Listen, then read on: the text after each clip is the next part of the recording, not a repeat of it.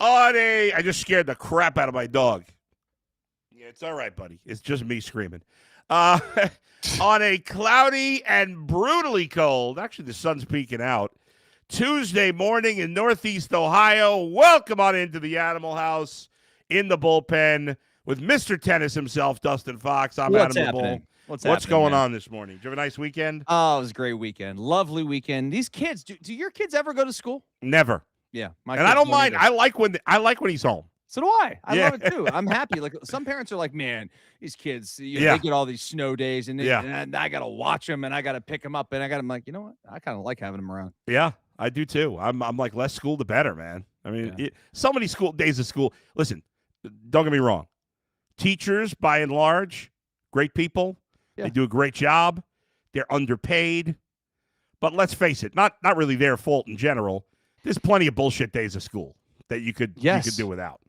Yes. So, I mean, I always tell my kids that because they get so worked up into these, everything, every little thing is like the end of the world. You know? This test is so important. I'm like, it's important, but like, you're not going to remember that test in 10 years. Especially pre-high school. Like, do your grades really matter that much? Just get, and this is not really great advice for kids, but yeah, I'm sorry. Well, we have a lot of adults watching us, but the reality is, just, show up, work hard, you'll be fine. I mean, in 8th grade, if you get a B or a C, does it matter? No, not really. Anyway, there's your parenting advice. Don't be a knucklehead. All right. Well, a lot to get to in the sports world today, and mostly it involves the Cavaliers. Did want to talk a little bit about the national championship game and a little bit about the Cavs getting smoked by Oklahoma City. But let's start with the coaching situation. I don't think we've ever seen an offseason like this, Dustin. First of all, you had 3 coaches four coaches that were either fired or stepped down that had been with their teams for 6 years or more. Obviously, Kevin Stefanski here. Mike Tomlin steps down after 19 years in Pittsburgh. John Harbaugh gets fired after 18 years in Baltimore. And now the latest, Sean McDermott, who's been with Buffalo. I can't remember how many years it's been, but 9. 9, okay. Or 8, 9 8. I think 8 or 9. Something like that. He gets fired. Like Harbaugh, the firing comes into the playoffs. McDaniel, the fire in Miami, not that he was there as long, but he gets fired into the playoffs. McDermott gets fired, and not a shocker there because, like, you had it was wide open. Listen, I love Josh Allen. This was the year. It was, but listen, Josh Allen's got to take a good deal of the blame. You and I sing his praises all the time. He did not play well enough in that game. I don't want to hear it. No, I mean, listen. I am a Josh Allen apologist. Yeah, love him. Guy's amazing. I love him, and I do think that this was not really the best team he's had around him.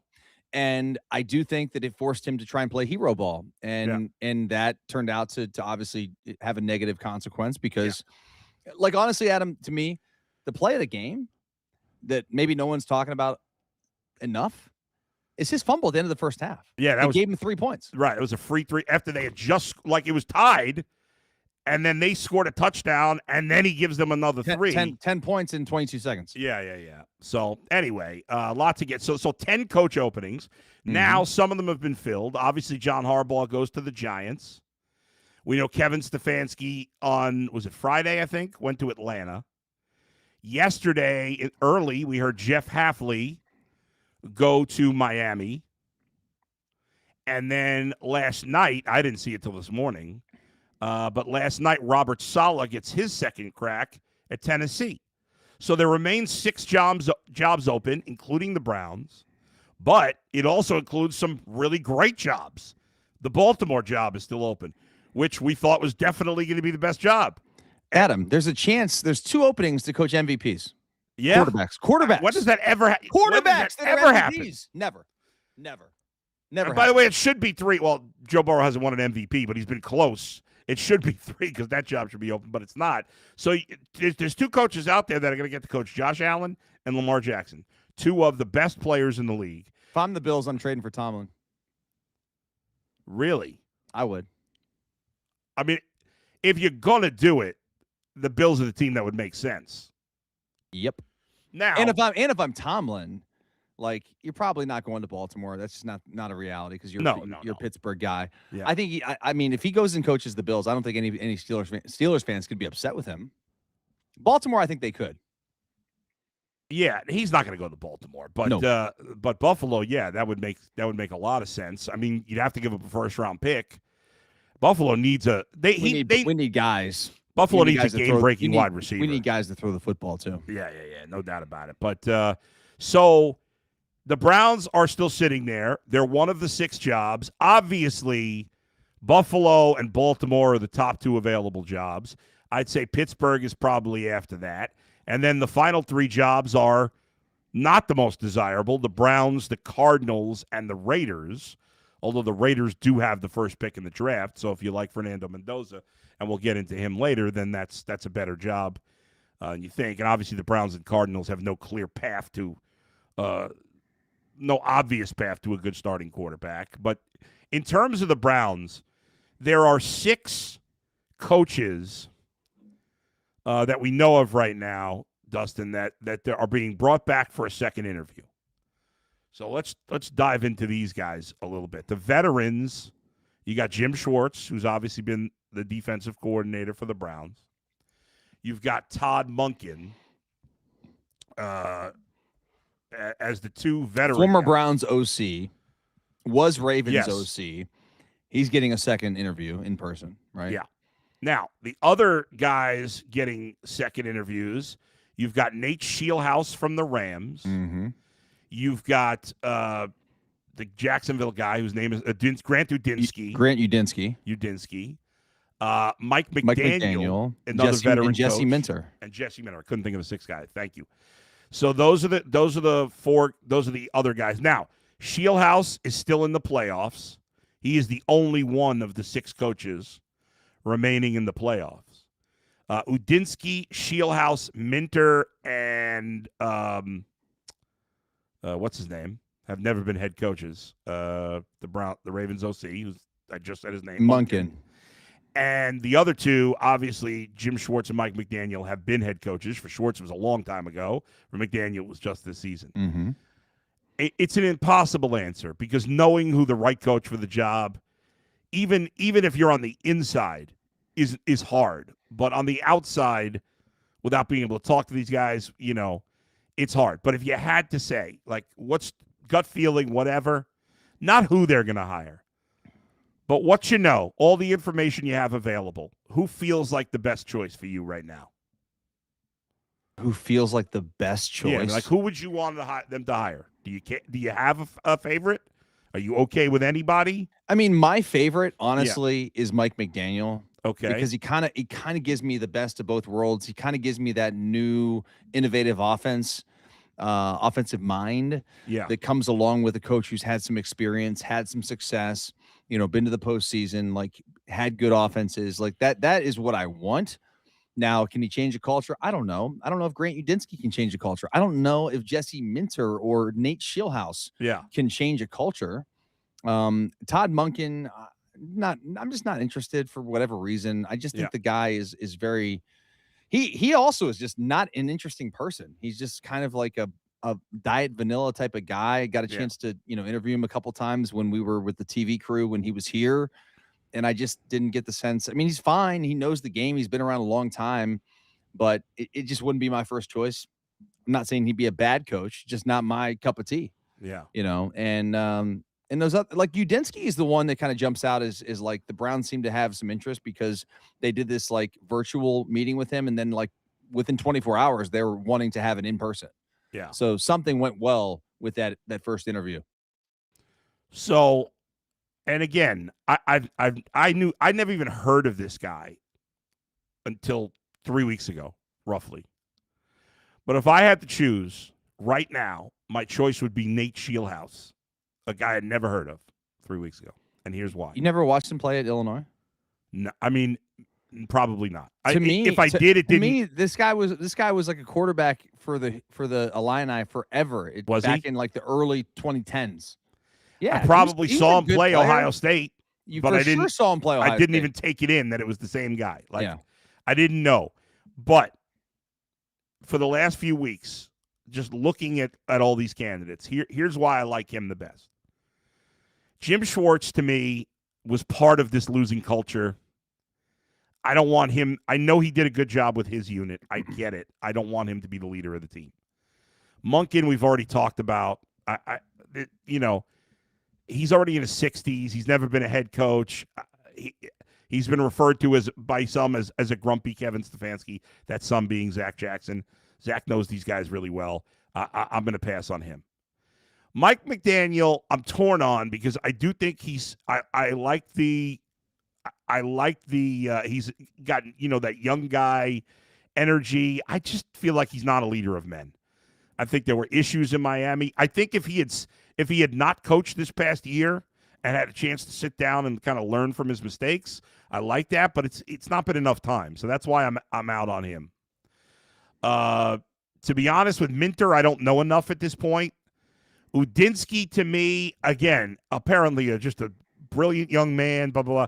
I just don't think he's the youngest coach in the history of football. And I guess I get it that the last youngest coach in the history of football is coaching the Rams in the NFC Championship game. He's won a Super Bowl, and he's a brilliant coach. Mm-hmm. It doesn't mean it's going to work out the same way. This guy may be a great coach. I just think with an organization that needs a culture change more than any other, is a 30-year-old coach with only 1 year of experience above an assistant position coach the guy to do that? Maybe, but it seems highly unlikely. So that brings us to Shieldhouse. Shieldhouse is young, so we get the young energy, but he's not too young. He's not a grizzled guy set in his ways, but he's coached long enough. Like, he's been at least the head of his position group for almost a decade, even though he's only 35. I mean, that's impressive that he was leading a position group at like 26, 27 years old. He played in college, obviously, as you talked about. Mm-hmm. Who's he been an assistant coach for? Matt Campbell in college. Matt Campbell, one of the best, a lot of people think one of the best college football coaches, right? Do you know him personally? I do. Right. I know him from, first off, I played high school football against Matt Campbell. Right. And then I've known him from his days in Mount Union. Then he went to Toledo. Right. Covered him there. Covered him at Iowa State. Yeah. Been successful wherever he's been. There. Yeah, for sure. He's great. Right. So this guy, Matt Campbell hired this guy as a young man. Okay. He, one of the best coaches in college football, saw something special in him. And then where'd he go next? To Sean McVay, arguably the best coach in the NFL. At worst, top 3 coach in the NFL. Sean McVay also saw something special in him. You look at Sean McVay's coaching tree in the NFL, it's mostly been successful, unlike Belichick, who all his assistants stunk as head coaches. You look at McVay, the early returns are very positive. Most of his assistant coaches that have gone on have at least been decent, if not better. You put all that together, he's also very sharp like Udinsky. To me, of these 6 guys, he feels like the best choice for me. Now, again, I'm not in the room. I don't know what he's saying in the interviews. I'm only going based on the information I have, and it's not that much. But there's more of the public information or the information that I have. He checks off the most boxes to me, and that's why I'd go with Nate Shieldhouse. And again, Matt's my partner for ESPN. Yeah. It's so funny. I used to call my partners from ESPN Bull all the time. Now I just called you Matt. It's so funny. Yeah, dude, I don't really have a dog in the fight. I'm not gonna be overly critical of this hire. Mm-hmm. The second they make it, I may be like, I like this one, or I don't like it, or I don't love it, whatever. I'm definitely not coming on the air and saying this is going to fail, or this is going to be a disaster, because I can't say that definitively. And I'm going to give everybody a chance. And ultimately we need to find out who's going to be under center for this team, and like, what are they going to be? Who's going to be scoring the touchdowns for these guys? Who's going to be throwing the passes? And like the Jimmies and Joes matter, of course. And we're seeing it in this postseason. I mean, like, some of these coaches, you got players around you. All of a sudden, it makes your job a lot easier, and all of a sudden, you look like a much better coach because you've got some players. Yeah. So we'll continue to keep an eye and see what happens. Obviously, since Harbaugh signed, things have been happening fast and furious.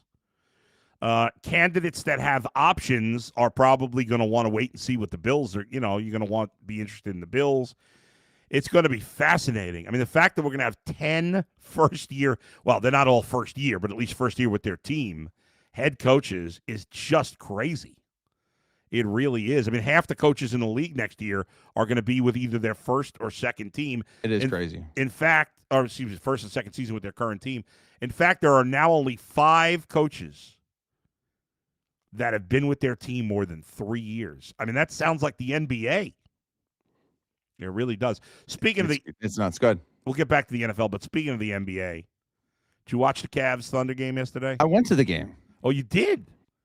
Yeah. It was a competitive game early.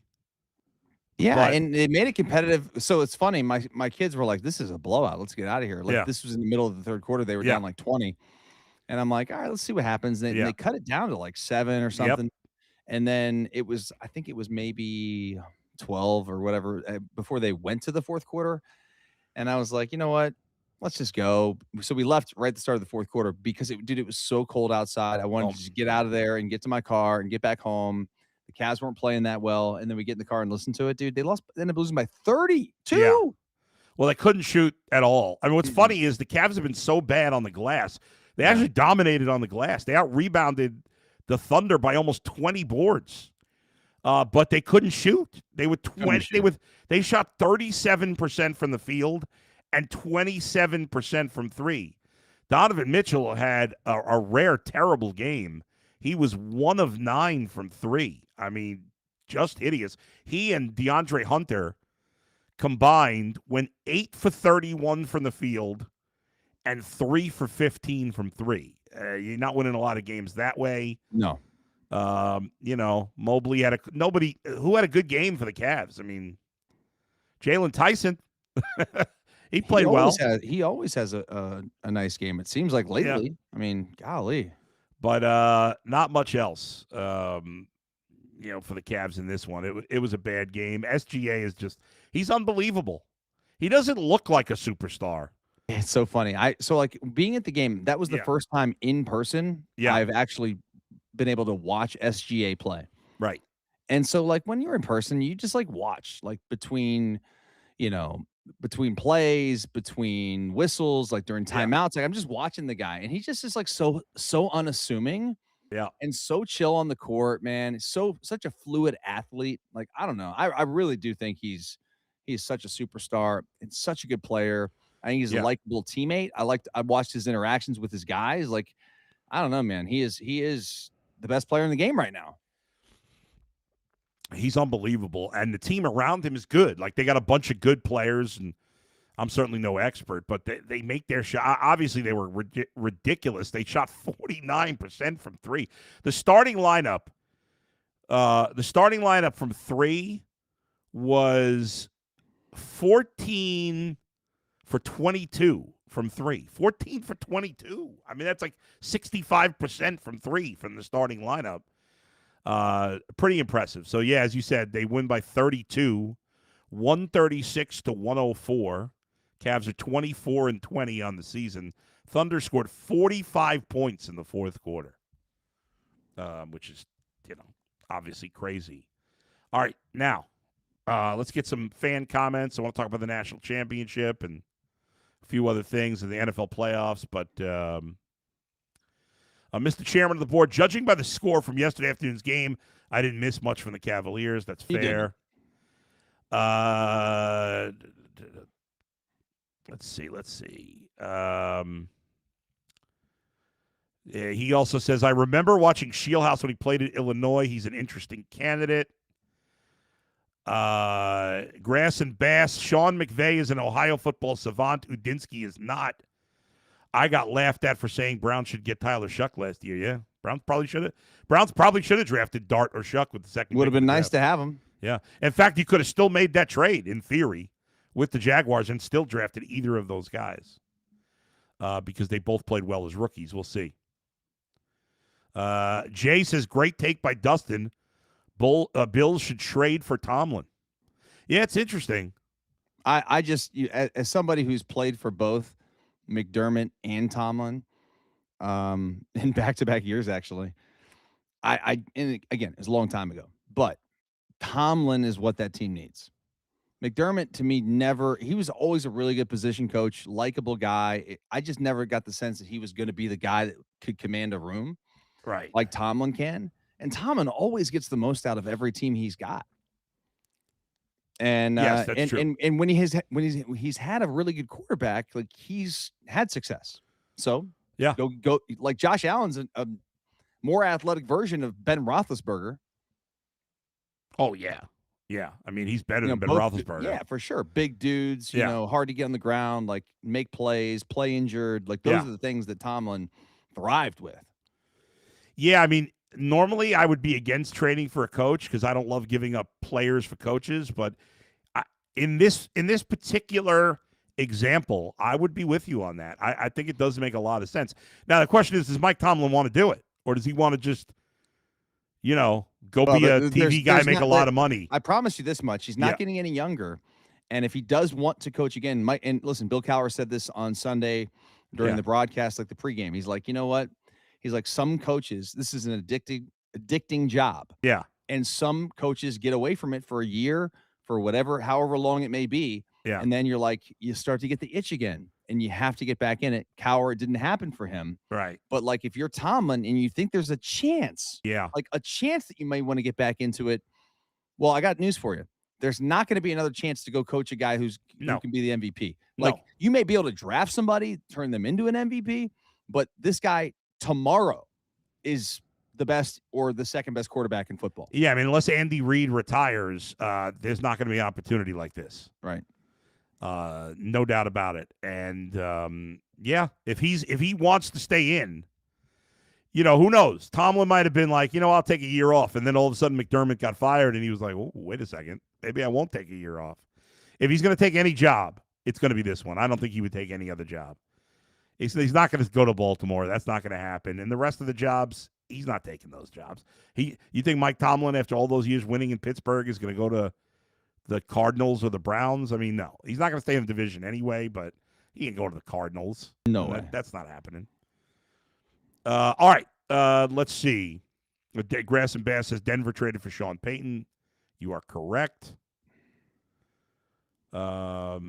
If Tomlin is not in the mix, I wonder who would be interested, who the Bills would find interesting. Like, I wonder who they go for if Tomlin's not an option. Same thing with Baltimore. It's like, man, you got these gem quarterbacks. The one name that's out there because he's coached Josh before is Brian Daboll. That's a good point. Yeah, he didn't have any success with the Giants, but I mean, they have a relationship. My son, when he found out yesterday that they fired McDermott, it's like, he's like, Dad, Daboll. Really? Yeah. I'm sure your son would love Mike Tomlin, wouldn't he? Oh yeah. But who knows? That's a possibility. All right, let's talk about the national championship game last night.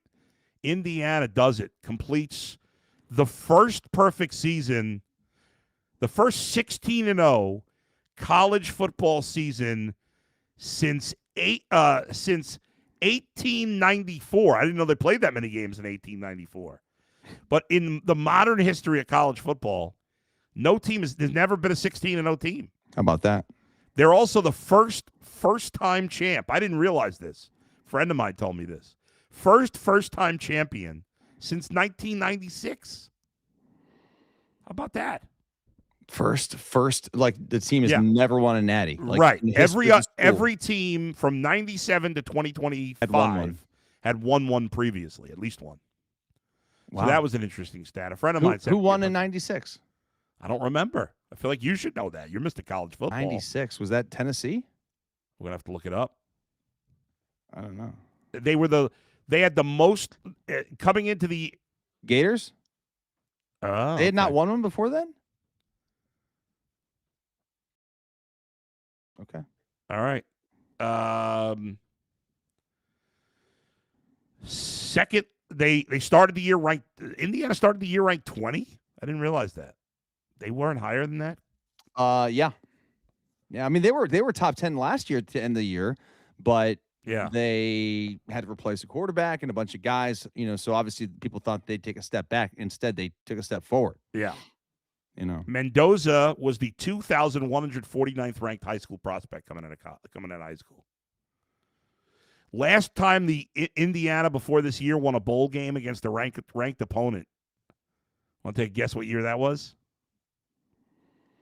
Nope. 1979. Wow. Remarkable season. Just absolutely remarkable. Good for them. Were you rooting for Indiana, or you didn't care? I really didn't care. Part of me was Big Ten love. Part of me was a little sick and tired of just hearing, because like I've got friends who went to Indiana. Yeah. And friends who live in Indiana, or friends who went to Indiana. And by the way, I never even knew some of my friends that went to Indiana until they told me they went to Indiana in the last month. That's funny. Seriously. Yeah. I had no idea. Like I got like two guys that I golf with that all of a sudden I found out they went to Indiana last week. I'm like, okay. Yeah. Who knew? Who knew? You never talked about it before. No. I wonder. Yeah. Finally, let's end it with this. A question from our buddy Sammy Hill, who likes to put the Bull and Fox emojis out.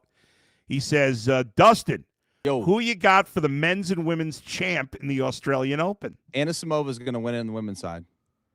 And what is she ranked? She's third ranked player in the world. Why? You very confidently said that. Why? She's on fire. She's on fire. She had 2 runs. She went from. You don't want this whole dissertation right now. Okay. Is she Russian? She sounds like a Russian name. She's American.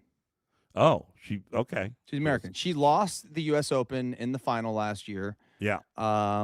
Which was an awesome final. She lost Wimbledon final. Yeah. She got double bageled by Iga, which means she went 0-6, lost a Grand Slam. And then she came back, went to the U.S. Open. Anyway, it was a great year for her, considering she didn't play tennis 2 years ago because she had a mental breakdown. She's back. She's on fire. I like her to win the women's side. The men's side, just pick Alcaraz or Sinner. I mean, it's not going to be anybody else. Nobody else has a chance against those guys? No. I mean, the one guy I'm hoping can have the breakthrough is Alexander Zverev, who is, I think he's 4th in the world right now, or 5th in the world. I mean, he's the one guy that's never got a slam out of these guys outside, not named Sinner and Alcaraz. Yeah. So I think Zverev is the one to keep an eye on, but unfortunately, I don't think there's anybody. Give us one. Let's go. Put it out there. Who's going to win? I'm going to say Sinner wins the men's and Anisimova wins the women's. There it is. We got you covered, even for tennis, folks. Any hockey picks? Nope. Little lacrosse action? No, I don't think that's in the spring. Nada. That's in the spring. All right, folks. Thanks, everybody, for joining us today. If you haven't done so already, please hit the subscribe button. Remember, BetRivers players who place the same game parlay of at least $10 on NFL or NCAA football games will receive an entry into the weekly Squares game. Winning Squares can earn up to a $50 bonus bet per entry. See the BetRivers app or website for more details. Thanks to Z and Alex for producing today. Thanks to all of you for watching and listening. We'll be back together again Thursday morning at 9 a.m. Where else but right here? It's Bull and Fox in the Bullpen, brought to you by BetRivers. See you, everybody.